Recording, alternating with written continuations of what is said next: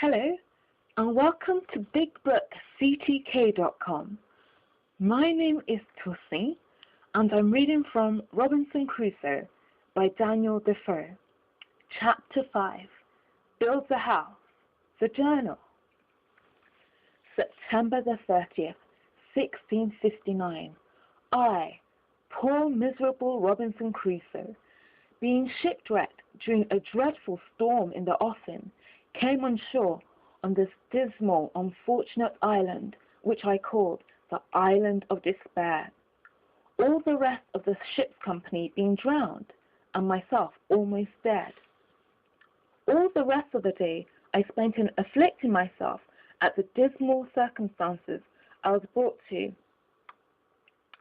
I had neither food, house, clothes, weapon, nor place to fly to, and in despair of any relief, saw nothing but death before me, either that I should be devoured by wild beasts, murdered by savages, or starved to death for want of food.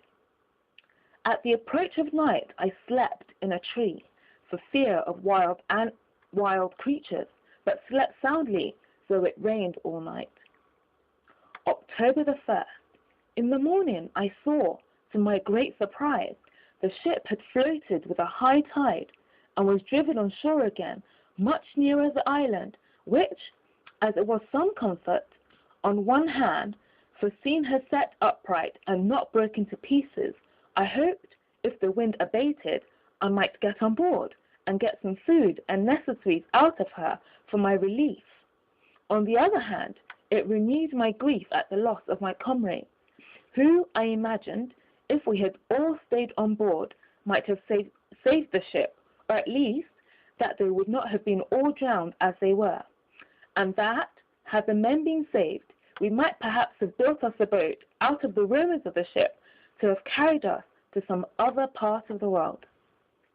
I spent great part of this day in perplexing myself on these things, but at length, seeing the ship almost dry, I went upon the sand as near as I could, and then swam on board. This day also it continued raining, though with no wind at all.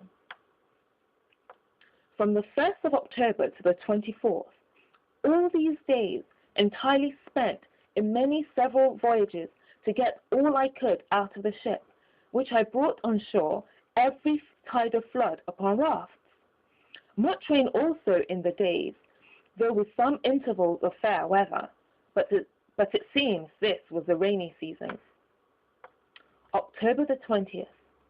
I overset my raft, and all the goods I had got upon it, but being in shoal water, and the things being chiefly heavy, I recovered many of them when the tide was out. October the 25th. It rained all night and all day, with some gusts of wind, during which time the ship broke in pieces, the wind blowing a little harder than before, and was no more to be seen except the wreck of her, and that only at low water. I spent this day in covering and securing the goods which I had saved, that the rain might not spoil them. October the 26th. I walked about the shore almost all day to find out a place to fix my habitation, greatly concerned to secure myself from any attack in the night, either from wild beasts or men.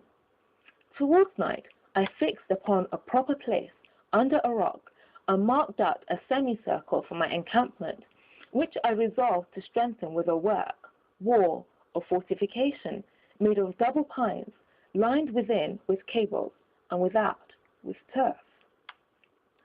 From the 26th to the 30th, I worked very hard in carrying all my goods to my new habitation, though some part of the time it rained exceedingly hard.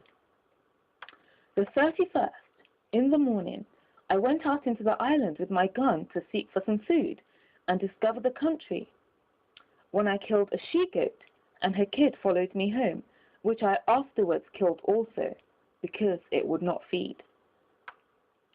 November the 1st, I set up my tent under a rock, and lay there for the first night, making it as large as I could, with stakes driven in to swing my hammock upon.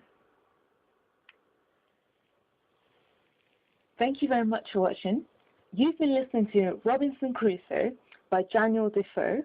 My name is Tossing, and this is BigBookCTK.com. Thank you very much, and bye for now.